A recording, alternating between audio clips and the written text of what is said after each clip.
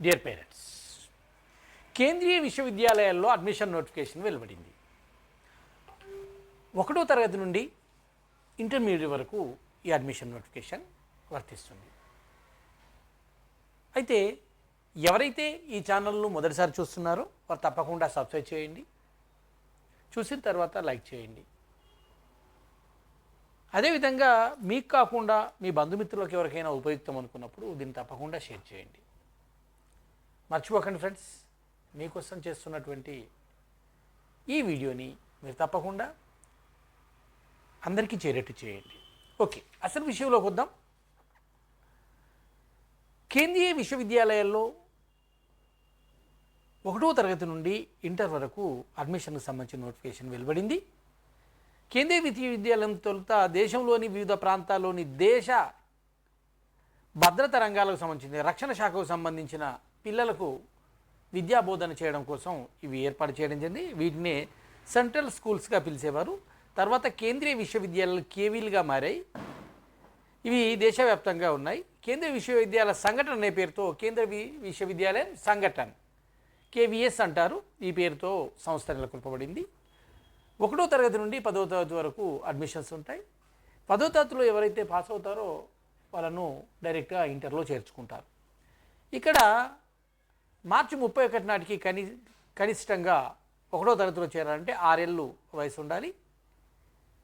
ఇక దీనికి సంబంధించి చూస్తుంటే 1వ తరగతిలో 6 నుండి 8 ఏళ్ళ వయసు, 2వ తరగతి 7 నుండి 9 ఏళ్ళ వయసు, 3వ తరగతికి 8 నుండి 10 ఏళ్ళ వయసు, 4వ తరగతికి 9 నుండి 11 ఏళ్ళ వయసు, 5వ తరగతికి 9 నుండి 11 ఏళ్ళ వయసు, 6వ తరగతికి 10 నుండి 12 ఏళ్ళ వయసు, 7వ తరగతికి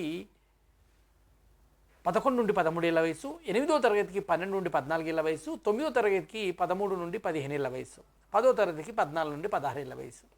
వికలాంగులకు 2 సంవత్సరాల వయోపరిమితి సడలించబడుతుంది. ఇకపోతే ఇందులో ఎస్సీలకు 15%, ఎస్టీలకు 7.5%, పీడబ్ల్యూలకు 3% రిజర్వేషన్ కేటాయిస్తారు. ఇక్కడ ఎంపికతో ప్రాధాన్యత ఎలా ఉంటుందంటే కేంద్రీయ విశ్వవిద్యాలయాల్లో ఎవరైతే మొత్తం 5 కేటగిరీలు చేశారు. సెంట్రల్ గవర్నమెంట్ ఉద్యోగులు, రాష్ట్ర గవర్నమెంట్ ఉద్యోగులు, తర్వాత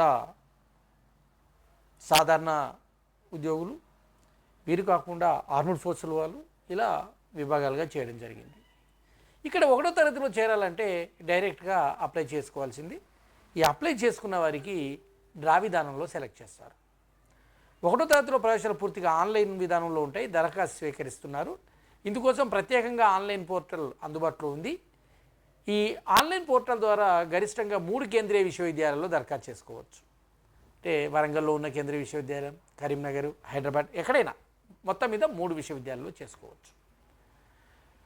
వారు లాటరీ పద్ధతిలో ఈ ఫస్ట్ క్లాస్ వాళ్ళని సెలెక్ట్ చేస్తారు. 2nd class, 3rd class, 4th, 5th, 6th, 8th వరకు కూడా డ్రా పద్ధతి ఉంటుంది. కానీ 9వ తరగతికి మాత్రము ప్రవేశ పరీక్ష నిర్వహిస్తారు. ఈ 9వ తరగతికి అడ్మిషన్కు 3 గంటల వ్యవధిలో ఉండే 100 మార్కులకు జరిగే అడ్మిషన్ టెస్ట్ నిర్వహిస్తారు. ఇందులో ఇంగ్లీష్, మ్యాథ్స్, సోషల్ సైన్స్ సబ్జెక్టులు ఉంటాయి. ఒక్కొక్క సబ్జెక్టు 20 ప్రశ్నలు ఉంటాయి. ఇందులో 33% మార్కులతో ఉత్తీర్ణత కావాలి, మినిమం 33. ఆ తర్వాత సంబంధిత కేంద్రీయ విశ్వవిద్యాలయాలు మెరిట్ ఆధారంగా వీటిని రూపొందిస్తారు.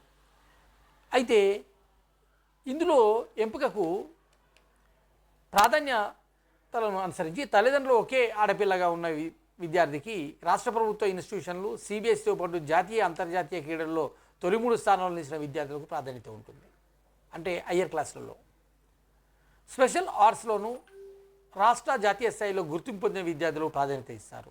సామాజికంగా ఆర్థికంగా వెనుకబడిన వర్గాల పిల్లలకు కూడా ప్రాధాన్యత ఉంటుంది. అంటే 1వ తరగతి కాకుండా 2, 3, 4, 5, 6, 7, 8 వరకు, 9 కూడా. ఇక ఇంటర్మీడియట్లో చేరాలనుకునే వారికి ఎలాంటి వయోపరిమితి లేదు. కానీ 10th అయిపోగానే ఇంటర్లో చేర్చుకుంటారు. 2nd ఇయర్లో చేరాలంటే ఇంటర్ ఫస్ట్ ఇయర్ పూర్తిగా పాస్ అయిన వాళ్ళు మాత్రమే ఇంటర్ 2nd ఇయర్లో చేర్చుకుంటారు. అంటే బ్రేక్ ఉండకూడదు. ఇది కేంద్రీయ విశ్వవిద్యాలయం సమితి ప్రవేశాలకు సంబంధించినటువంటి విషయాలు. ఈ కేంద్రీయ విశ్వవిద్యాలయంలో చేరే పిల్లలకి 6 వారాల పాటు స్కూల్ రెడీనెస్ అనే ప్రోగ్రాం నిర్వహిస్తారు. ఈ ప్రోగ్రాం పూర్తయిన తర్వాత వాళ్ళని క్లాసులు ప్రారంభమవుతాయి. అంటే అక్కడ ఉండేటువంటి విషయాలను పరీక్షిస్తారు. వాళ్ళ పరిశీలన ఏంటి, వాళ్ళ ఆత్మ పరిశీలన ఏంటి, పరస్పర సంబంధాలను ఎలా ఉంటారు, ఈ మ్యాటర్లో ఎలా ఉంటుంది, ఆ ప్యాటర్న్లో ఎలా అర్థం చేసుకుంటారు, భావ వ్యక్తీకరణ ఏమిటి, వారి అవగాహన ఏమిటి, వారి క్రియేటివ్ స్కిల్స్ ఏంటి, అన్నింటినీ కూడా కూలంకషంగా పరిశీలిస్తారు, పర్యవేక్షిస్తారు. ఇకపోతే ఈ కేంద్రీయ విశ్వవిద్యాలయంలో ఫీజు ఎంత ఉంటుంది అంటే అడ్మిషన్ ఫీజు 25 రూపాయలు ఉంటుంది. విద్యార్థి సహాయ నిధికి, వికాస నిధికి 500 రూపాయలు జమ చేయాలి. ట్యూషన్ ఫీజు, కంప్యూటర్ ఎడ్యుకేషన్ తదితర ఫీజులు ఉంటాయి. 1 నుండి 5వ తరగతి విద్యార్థులకు అన్ని ఫీజులు కలిపి నెలకు 500 నుండి 600 రూపాయలు మాత్రమే ఉంటాయి. 6వ తరగతి నుండి 10వ తరగతి వరకు 1000 రూపాయల లోపు ఉంటుంది. ఎస్టీ, ఎస్సీ విద్యార్థులకు కేంద్ర ప్రభుత్వ ఉద్యోగ పిల్లలు ట్యూషన్ ఫీజు నుంచి మినహాయింపు ఉంటుంది.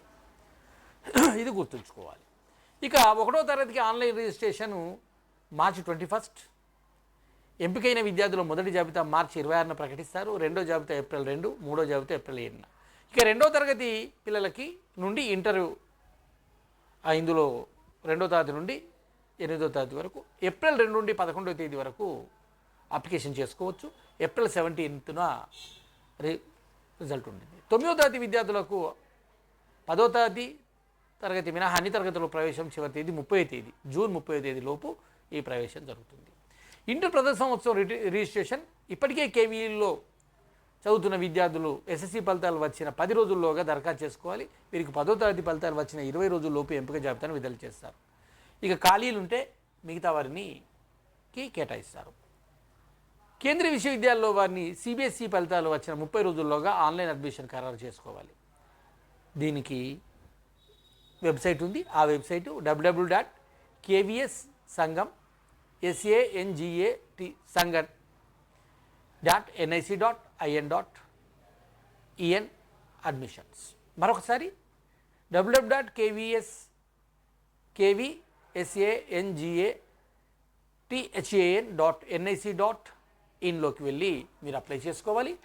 ఫ్రెండ్స్, ఫస్ట్ క్లాస్కి సమయం తక్కువ ఉంది, సెకండ్ నుండి మిగతా వారికి సమయం ఉంది కనుక వెంటనే ఈ వీడియోని మిగతా వారికి చేరేట్టు అందచేయండి. మిగతా వారందరూ కూడా దీన్ని చూసినట్టయితే ప్రయత్నం చేస్తారు. ఒక మంచి ఉన్నతమైన విద్య, ఒక యాక్టివిటీ బేస్డ్ లెర్నింగ్ ఇందులో అందజేస్తారనేది ఒక పరిస్థితి. అందుకని తప్పకుండా ప్రయత్నించండి మీ పిల్లల్ని ఇందులో చేర్చడానికి. All the best friends, all the best. మరో మంచి విద్య, ఉద్యోగ విషయాలతో మీ ముందుకు వస్తాను. మీ మోహన్ కురపాటి. తప్పకుండా నా ఛానల్ సబ్స్క్రైబ్ చేయండి, లైక్ చేయండి, ఇతరులకు షేర్ చేయండి. All the best friends, all the best.